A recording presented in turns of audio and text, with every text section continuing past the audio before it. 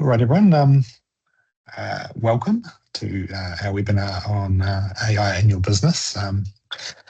So this is really all just about AI. We all know it's here and everything.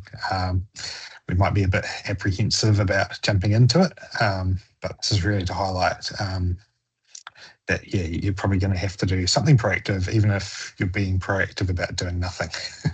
So we want to just really convey what the risks are and those sorts of things, and how to set your business up for success anyway. So let's crack in.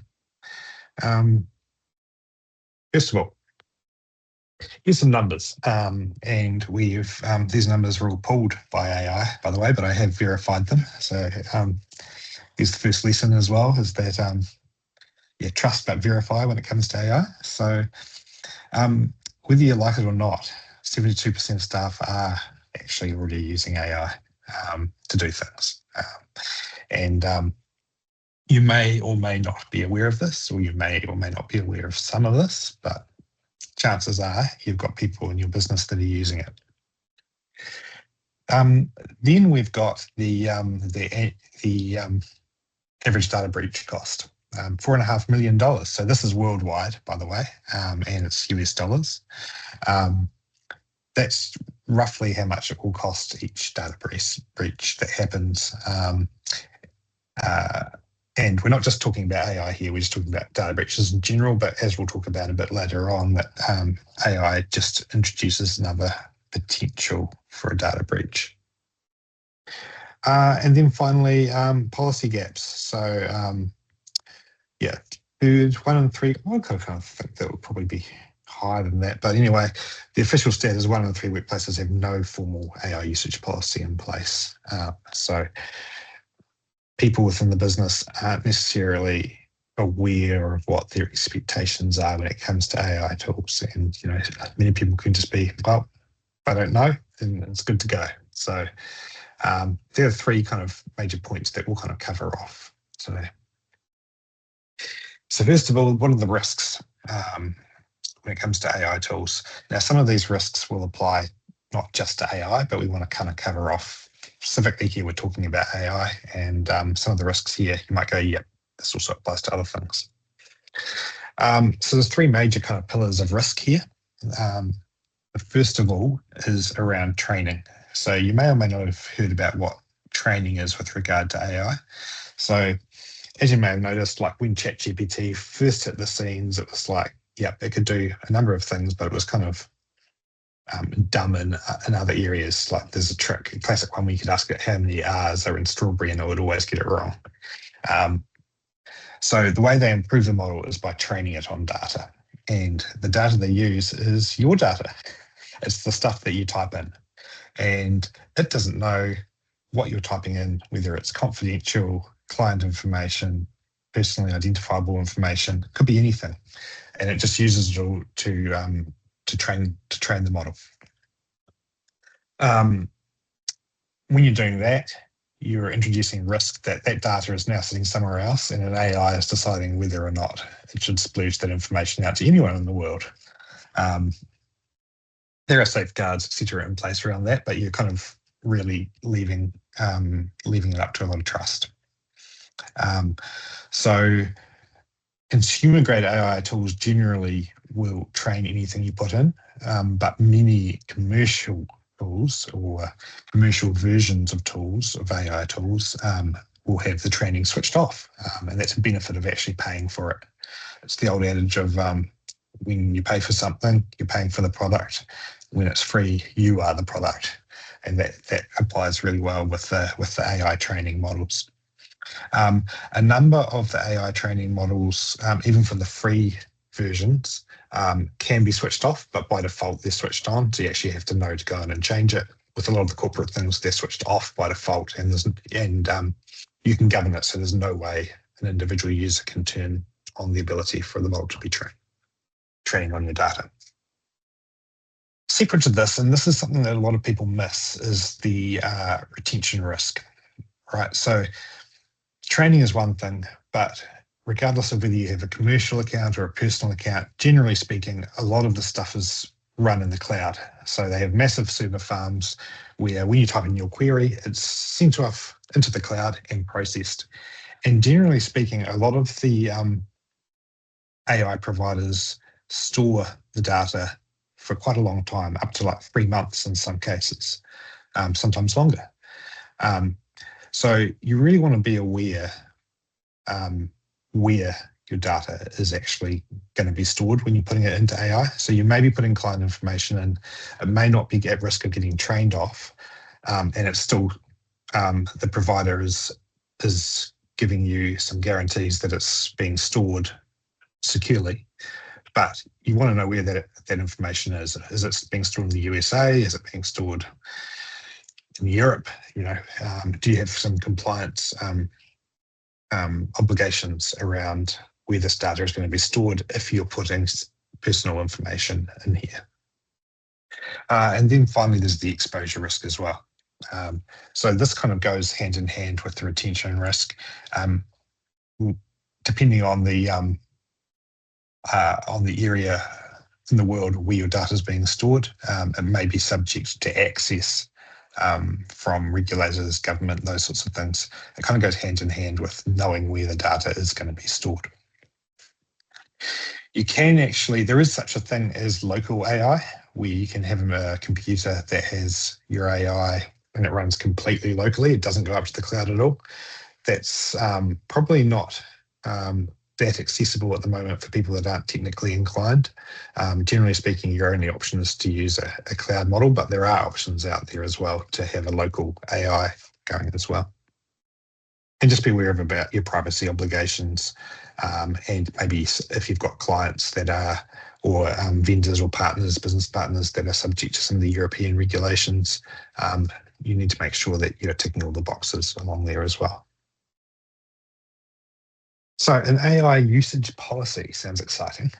I'm going to give you some examples of how we've built our one up, and I guess our one isn't necessarily typical of most businesses, because Stratos is a technology company. We use a lot of different AI products, whereas most businesses probably only use one or two for now anyway. So I guess our problem in developing an AI policy is that we've got a lot of things to think about, so I think this is probably a good best case scenario that covers off most of the scenarios that we've got. First of all, we want to be really clear about what we're using in our policy, what we're using our AI tools for. We want to be very clear about what the tools are that people should be using. In some cases, we want to be clear about what the tools are they shouldn't be using as well. Data classification is a thing that's really coming into mainstream now, is the expectation that your data needs to be classified, and using those classifications to put in different rules about how you look after that data. It's coming down from much higher level enterprises, but it's becoming down into expectations for much smaller businesses as well, is that you might see in the future where your cyber insurance policy is going to require you to have a data classification policy in place. And we want to also be sure that, we're not really at the stage where we want to put AI on autopilot at the moment.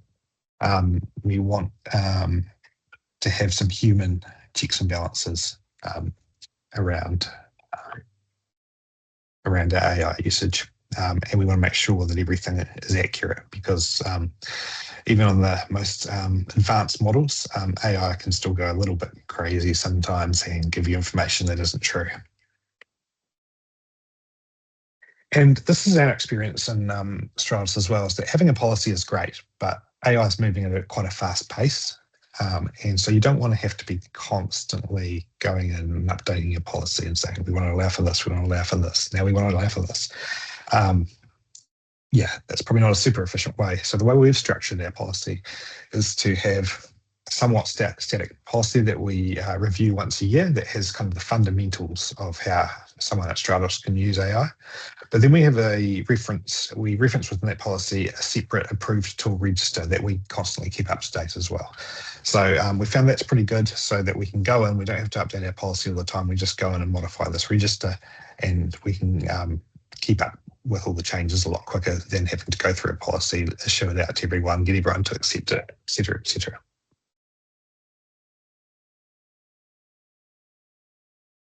Just on the right there, it's a little bit blurry, but you can see an example. This is our approved AI list and register, and we just use a traffic light system.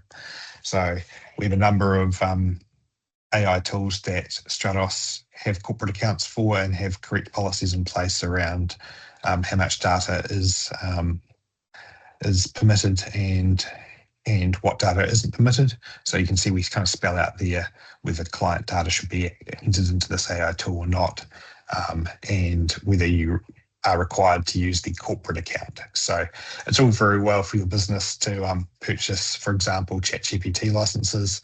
But if no one's using them and they're just using personal licenses, then there's it kind of goes against what you're trying to achieve. It's very difficult to enforce that in a technical sense. So you really need to be clear in the policy that it's not okay to use the personal versions. You should be using the corporate versions.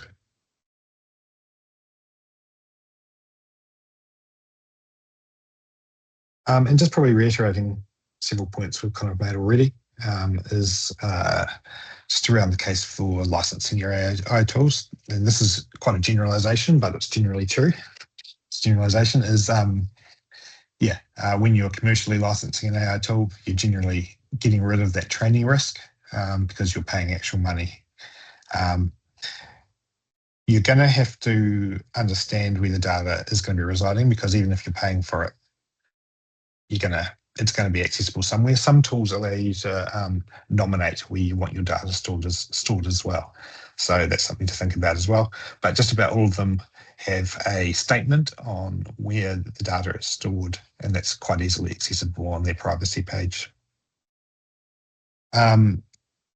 Obviously, if you have a signed agreement, then you get some rights with that as well. Whereas a free tool, who knows? It's all care, no responsibility. And then the other important thing is just around some of the extra tools you get when you license some AI software. You get the auditing and compliance as well. So if something does go wrong, we can go back and say, what actually happened here? So we can understand if there was a data breach, what happened and what can we do to correct that in the future as well.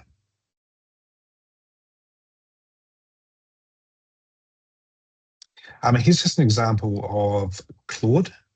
So this is the corporate controls that you get with a paid version. Again, it's a bit blurry to see, but we kind of summarised that down on the left-hand side. You can see here there's a feature in Claude called Co-work, and this is a classic example. Claude Co-work is great, but it does open up an extra, quite a big extra risk profile. To the point where Anthropic, who make Claude, have written an entire page on using it securely. So we have co-work disabled at Stratos at the moment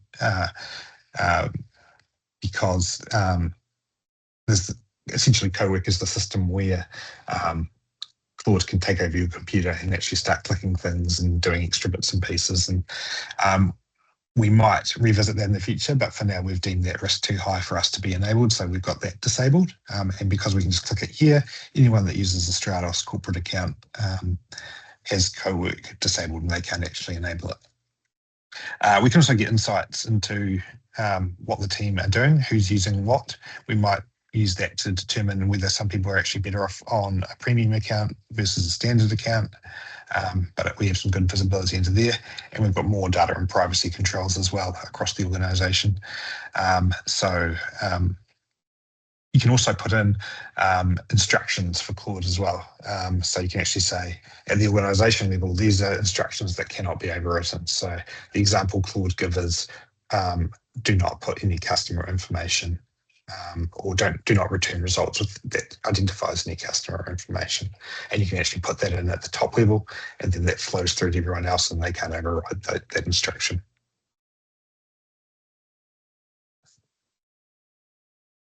just wanted to highlight here as well, because there's a common Simon, theme that, yeah. got a question. Oh, great. Does that mean the co-work in Copilot Frontier, or is it just for Claude? But will there So be? my understanding, and I might be wrong here because I'm not an expert on it, and it might be one we need to get someone like Steve to give us the formal response on. But my understanding is that Copilot's co-work is derived from Claude's co-work. I'm sorry, Copilot co-work is derived from Claude's co-work. I think its risk profile is a bit lower because I don't believe, and again, we'll need to verify this, I don't believe it can take over your entire computer like Claude co-work can. I think it's restricted to the Microsoft apps, but still it's something to be wary of. You still want to go through and just say, do we really want to enable this or not? Stratos, for example, we have it enabled in a demo tenant, but we don't have it enabled in that production tenant at the moment. Great question, though.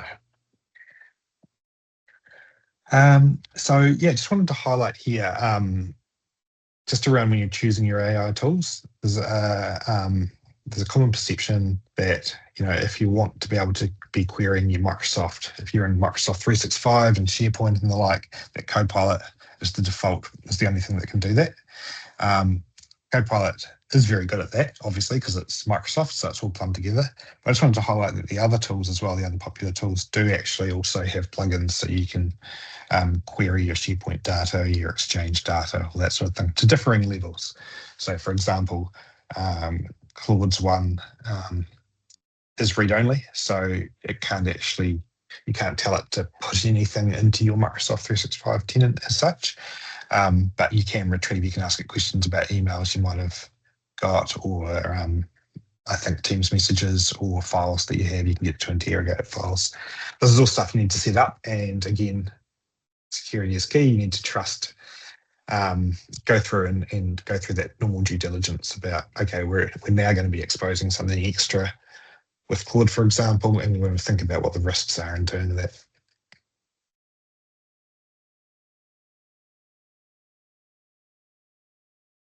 Right. And so we talked about policy and we've talked about the tools and governance and those sorts of things. But we also want to talk about some other extra bits and pieces that you can use just to give yourself some confidence around that your AI usage within your organization is in a good space. So there's a number of different tools that we can use to do this. There's a lot of logging and stuff, which the nerds will love. Probably not that user-friendly for a typical business user, but if your IT is onto it, they'll have access and usage logs that can be looked at. We at Stratos, as a managed service provider for our clients, we provide a monthly breakdown from the firewall of all the AI tools that have been detected at the firewall. So essentially, this is looking at the firewall and just seeing all the traffic going out, and we can actually go, in fact, I think, yeah, here we go, next slide. This is an example here. It's again a query, but it shows here, it's picked up Grammarly, OpenAI, Cursor, which is a AI development tool, and GitHub Copilot. So those are development tools that have been picked up by a firewall. Good to know they're all tools that we have approved. But you might see, you might go, okay, you might have decided to, for example, standardize on ChatGPT. And you look at this log and you might say, oh, hang on, what's that Claude entry doing there? There's someone using Claude, and you might have to go, it might trigger a conversation with someone. You can go back and say, hey, we've picked this up, and, as a corporation, we've decided to standardize on a corporate secure version of ChatGPT, and you're using a personal Claude, so what's going on? So this is important as well, because you've got your policies, which is great. You've got your technical enforcement, but you still want to it's the old trust but verify model. You want to verify that everything is running as you expect. And this is a great way, a firewall report, of showing your usage, and having this in as like be a report that goes to your senior leadership team maybe once a month as well, that just breaks down whether there's been any breaches of process or anything like that. Or maybe there's new tools that have come along, or maybe there's tools that you're using that have added AI in all of a sudden and you weren't aware of it, and you've got a whole lot of things. I mean, it's actually a classic thing of a tool that hasn't typically had AI functionality to add AI functionality in and just switch it on for everyone and the extra data risk without even thinking about it, how it might impact you. So that's something to be aware of as well. So this is like a suggested roadmap on implementing your AI governance policies. So first of all, we want to just make sure what all the tools are at the moment, because we want to be, AI is a great enabler. So it's great to understand what people are using AI for, first of all, and just really thinking, okay, is there ways we can rationalize these to make them more secure, or are they just fine how they are? But it's important to have a list of, so we know what's going on, what people are doing to help their job, and then we need to think about the AI policy. How does it relate back to our general security policy that we might have within our organisation, and our use around data and risks with that. And we can formulate a policy then based on that information and the tools that we have. And we might make some decisions as part of that policy as well, that we're going to standardise on one or two AI tools, and we're going to use the commercial versions of those and put proper governance policies in around them. Then it's always great to train staff so they actually understand why we're doing this. We're not just trying to make their life harder or use a tool that they might not prefer. I think if people understand what the risks are, AI can clearly show how you can speed up parts of your job to do things, particularly if you've got document generation, that sort of thing as part of your job. But we're also speeding up the risks as well and accelerating the risks. So we need to make sure we've got those in place as well. And finally, just implementing those reporting that I mentioned earlier. So the firewall reviews or other tools that you might use to ensure compliance, or to at least get an idea that your policy is running nicely with your applications, and it's all working together in harmony. I've got another question for you, Simon, now that you're talking Great. about Oh, no, I just gave away your last slide. Yeah. I'm going to think of a line now. Where do you source our firewall report on AI usage? Is it from the network or the device, or is it from our management platform? So our one comes directly from our firewall that's being managed. We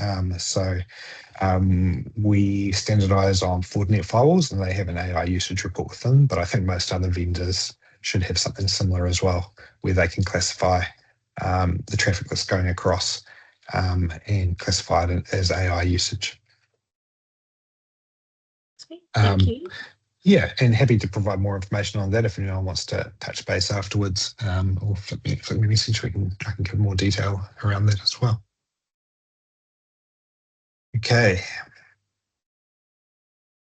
And just reiterating there, probably the key benefits, or the key points of this webinar really is policy. Hopefully you now understand that your policy is a great thing to have, and it kind of helps inform your thinking about really AI's entire role within your business, and just getting the communication out there so everyone's on the same page. Licensing, so all the benefits of licensing your tool, particularly around the privacy and security portion of it. There are other benefits as well that we haven't touched on. So you do get extra usage to what a free account would normally have. Normally the free accounts are restricted to the amount of usage they have, but also the what the AI can talk to and utilize is generally greater when you're licensing it. So for example, the free Microsoft Copilot doesn't necessarily have any access to your SharePoint, whereas the licensed one does.